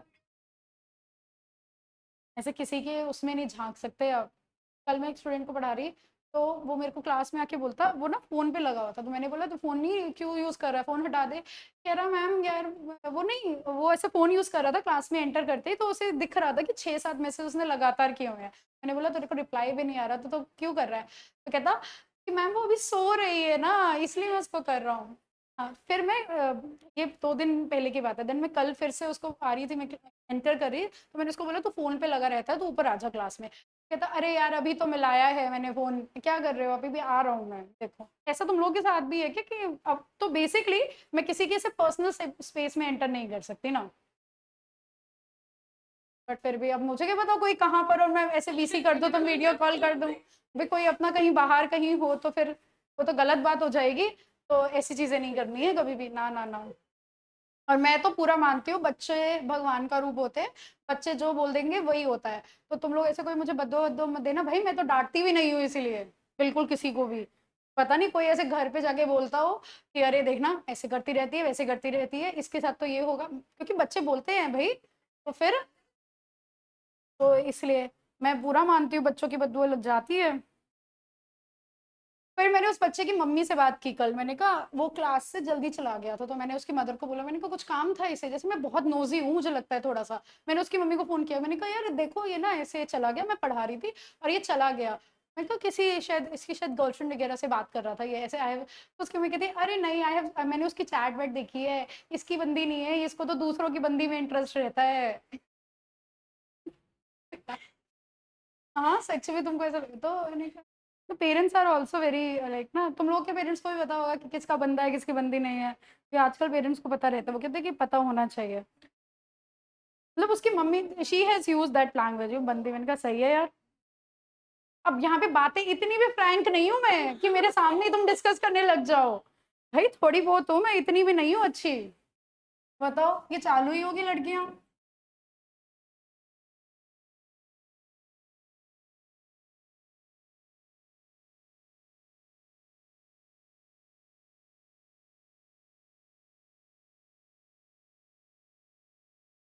तुम्हारे पास भी आते हैं ऐसे को, तुम सो रहे हो 6-6 7-7 मैसेज 10-10 मैसेज आ रहे हैं ऐसा कुछ किसी क्या तुम लोग कर रहे हो देख लो। मुझे पता लग रहा है कि आजकल 11 12 के बच्चे यही काम कर रहे हैं, बताओ यार सही है।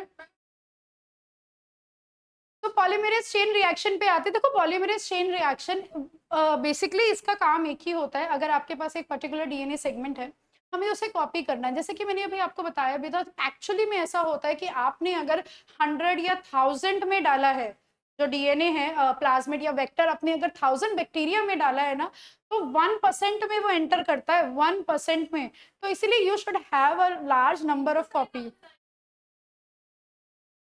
तो बेटा 1000 से ज्यादा तो पता है आपको इतने से में आ जाएंगे, ये 1000 से ज्यादा है डीएनए पर्टिकुलर जीन, हम पूरा डीएनए तो वैसे भी कॉपी नहीं कर रहे हैं, हम तो क्या ही कॉपी करते हैं, आप अगर पूरा डीएनए कॉपी करने लगे it will take lot of time, बहुत पैसा लगता है उसमें, क्योंकि आपको एंजाइम्स चाहिए होंगे, हमें प्राइमर चाहिए होंगे, हमें डीएनटीपीस चाहिए होंगे, लॉट ऑफ थिंग्स, बट हमें ये सब करना ही नहीं है, हमको सिर्फ एक पर्टिकुलर सीक्वेंस जो है वो कॉपी करनी है। क्या आप लोग को याद है जब हम लोगों ने रेप्लिकेशन पढ़ा था, तो मैंने आपको कहा था कि आरएनए प्राइमर ऐड हो जाता है और फिर वहां पे डीएनए पॉलीमरेज जो है बाइंड करता है, 3 प्राइम एंड पे बाइंड करता है एंड देन वो पूरी स्ट्रैंड को बनाता जाता है। सिमिलरली जो आपका पीसीआर होता है ना, अगर मान लीजिए मेरे पास एक सीक्वेंस है ये, ठीक है, ये आपकी इंसुलिन जीन की सीक्वेंस है फॉर एग्जाम्पल, ठीक है, अब आपको इसको कॉपी करना है, आपने इस पर्टिकुलर जीन को जो है हमने पूरा डीएनए निकाला था अभी इशिता का, और उसकी जीन भी हमने वो कर ली, कट कर ली, ठीक है, अब मेरे पास ये पर्टिकुलर से एक सेगमेंट है और I want to copy this segment. सबसे पहले ना, अगर आपको मैं बताऊं कि रियलिटी में हम एक्सपेरिमेंट कैसे करते हैं, तो ये जो आपकी कलेक्टिंग ट्यूब होती है इसके अंदर में सबसे पहले तो क्या डाल दूंगी, जीन ऑफ इंटरेस्ट जैसे कि इंसुलिन जीन, और हम लोग क्या ऐड करेंगे यहाँ पे, प्राइमर। प्राइमर को ऐड करना बड़ा जरूरी होता है, प्राइमर क्यों ऐड करते हैं, अगर आप प्राइमर ऐड नहीं करोगे तो पॉलीमरेज काम कहाँ से करेगा, तो 2 प्राइमर ऐड करोगे, एक यहाँ पे मान लीजिए ये वाला प्राइमर और एक यहाँ पे इस तरह का प्राइमर, ये एक ये वाली स्ट्रैंड बनाएगा एक ये वाली बनाएगा, मान लीजिए ये 5 प्राइम to 3 प्राइम है और ये वाली 3 प्राइम to 5 प्राइम है। सानिया, नहीं सानिया बेचारी कहेगी बार बार उसी से बात करते, वेयर इज उजैर, उजैर है क्लासरूम में आज, यस मैम। उजैर बताइए इनमें से कोडिंग स्ट्रैंड कौन सी है, टेम्पलेट स्ट्रैंड कौन सी है, 5 प्राइम 3 प्राइम ये कौन सी स्ट्रैंड है उजैर, कोडिंग स्ट्रैंड और 3 प्राइम to 5 प्राइम क्यों, 3 prime to 5 prime template strand क्यों है उजैर, ये अपने स्ट्रैंड को बोल रहे हैं। हाँ बट क्यों नहीं करता कोड, कारण कोई बता सकता है, समय है बेटा, कारण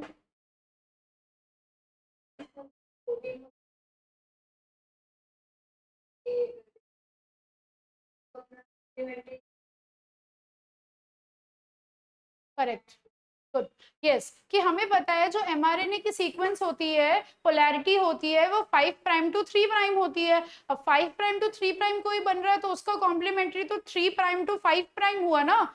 आपका आंसर करेक्ट था उजर कि कोडिंग स्ट्रैंड जो है कोड किसी के लिए नहीं करता, बट बस मुझे ये था कि आपको ये भी याद रहे कि mRNA 5 प्राइम टू 3 प्राइम होता है और उसके ऑपोजिट हमें 3 प्राइम टू 5 प्राइम वाला चाहिए होता है, इसीलिए 3 प्राइम वाली आपकी टेम्पलेट स्ट्रैंड होती है।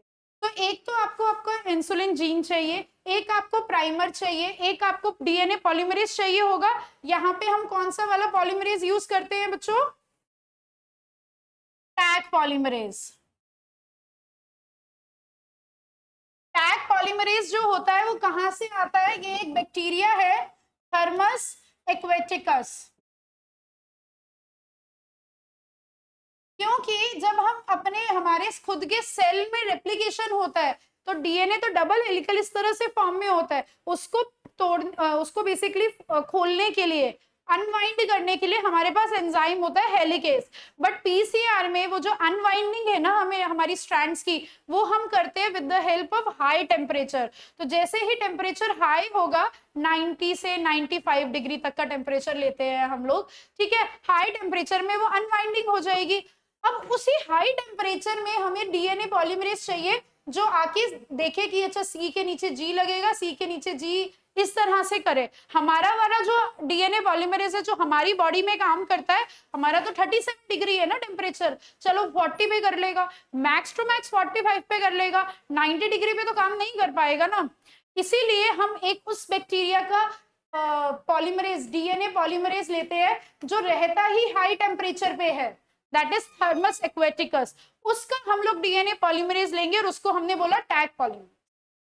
फोर्थ, अभी मैंने कहा कि देखो जी जी सी ये ऐड करना है, तो इनको हमने क्या बोला? न्यूक्लियोटाइड ऐड करना है ना।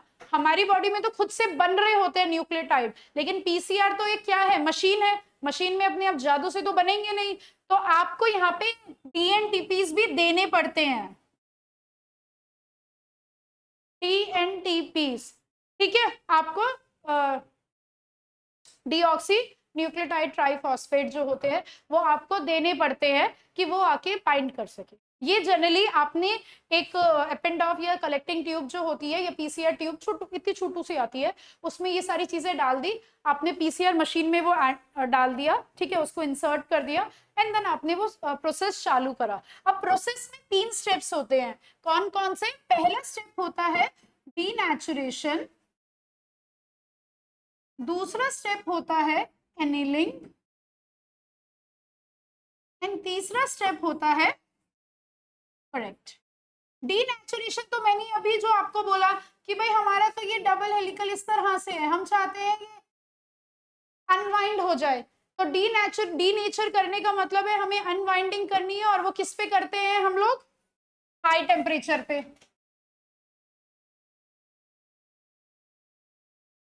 ठीक है, आप लोग ये अनवाइंडिंग हाई टेम्परेचर पे करेंगे। एनीलिंग का मतलब हो गया कि यहाँ पे जो प्राइमर्स हैं वो हमारे बाइंड कर गए अपनी जगह पे जहां पे बाइंड करने चाहिए थे, एक्सटेंशन में वो उसने अपनी कॉपी बना दी एक। अब फर्स्ट साइकिल में क्या हुआ? आपकी ऐसे 2 स्ट्रैंड्स थी, 2 और बन गई, टोटल आपकी आफ्टर फर्स्ट साइकिल 4 स्ट्रैंड बन गई। और फिर एक और ऐसे साइकिल होगी, एक और, आप कम से कम जनरली हम जब करते हैं लगभग 30 साइकिल्स करते हैं एक बारे में, तो कितने स्ट्रैंड बनेंगे आपके? कितने टोटल डीएनए स्ट्रैंड्स बनेंगे आपके? 2 टू द पावर 30। 30 साइकिल में जितने स्ट्रैंड्स बनेंगे that is 2 to the power 30। 1 घंटे के अंदर इतना डीएनए आप बना सकते हैं खुद से। और वो याद है मैं भी कह रही थी कि हमें तो आजकल डीएनए निकालने की भी जरूरत नहीं है, और ये सारा जब कह रहे थे कितना हाईटेक लग रहा है, बट ये तो हाईटेक है भी नहीं, ये कितने सालों से होता आ रहा है और बहुत सस्ता है, मतलब पैसे ही नहीं लगते। आरटीपीसीआर हमने सुना नहीं है उस टाइम में? अरे कोविड के टाइम में आरटीपीसीआर आप सुनते नहीं थे? नहीं सुना? नहीं सुना क्या तुम लोगों ने आरटीपीसीआर? छोटे बच्चे थे क्या तुम? हाँ, अरे तुम लोग छोटे बच्चे थे यार, जब तो 6th में या 7th में हो गए। हाँ अच्छा ठीक है, जो भी है, तो आप लोगों ने सुना होगा आरटीपीसीआर करवाते थे कोविड के टाइम में। तो वो आरटीपीसीआर में पीसीआर यही होता था। पीसीआर है ना कई सारे टाइप्स का होता है, आरटी पीसीआर मतलब रियल टाइम पीसीआर, एक होता है क्यू पीसीआर क्वांटिटेटिव पीसीआर, एक होता है ARMS PCR. There are lot of types of PCR that we are not going to discuss, हमारे कोर्स में कतई नहीं, ठीक है। बट वही वो भी यही करते थे कि आपकी जो पर्टिकुलर डीएनए है उसको पर्टिकुलर जीन को कॉपी किया जा रहा है, ठीक है। आरटीपीसीआर में ना वो आपके जीन को कॉपी नहीं करते थे, वो वायरस को कॉपी, वायरल डीएनए को कॉपी करते थे। वो ये देख रहे थे कि वायरल डीएनए या आरएनए जो है उसको वो कॉपी करते थे, ठीक है। और आरटीपीसीआर ना दो है, एक होता है रियल टाइम पीसीआर और एक आरटी का मतलब होता है रिवर्स ट्रांसक्रिप्शन पीसीआर, जिसमें तुमको कितनी छोटी लगती हूँ मैं, मेरी पीएचडी भी हो गई, पीएचडी चल रही थी कोविड के टाइम पे, ठीक है। मेरे पीएचडी का 3rd ईयर था 2012 में, ठीक है।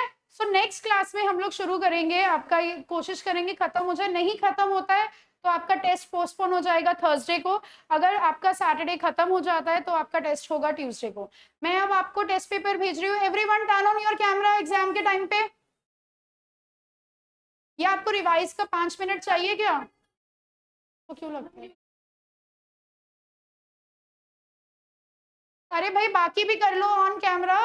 अमन ने क्या मैसेज किया है? पलक मैंने देखा नहीं था, मुझे दिखने लगा पिंटू पिंटू से। अच्छा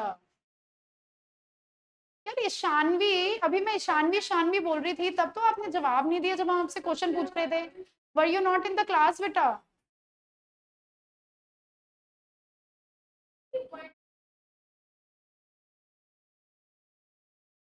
ओके, कहाँ रहते हो आप Ishanvi? I have been to Lucknow, ऐसा नहीं है, मतलब मैं अभी पिछले साल ना ऑफिस की तरफ से 3 बार लखनऊ गई थी, एक बार भी घूम नहीं पाई, दिल्ली से हूँ, 3 बार गई थी लखनऊ, एक बार भी नहीं घूमी। भाई मैं अकेले क्यों रहूंगी, माँ माँ बाप है, मेरे परिवार है पूरा भरा पूरा, न्यूक्लियर फैमिली ही सही बट परिवार है, रिश्तेदार रहते हैं रोहिणी में। हाँ बिल्कुल। नहीं नहीं यार ऐसा नहीं है, अगर मैं कहीं और से आके रहती तो मेरे पास बहुत अपॉर्चुनिटीज थी, मैं जाती कहीं मस्त। हम क्या बंद कर दीजिए, टेस्ट वो रिकॉर्डिंग बंद कर दो, रिवाइज करने का टाइम चाहिए, भेज दो भाई टेस्ट पेपर।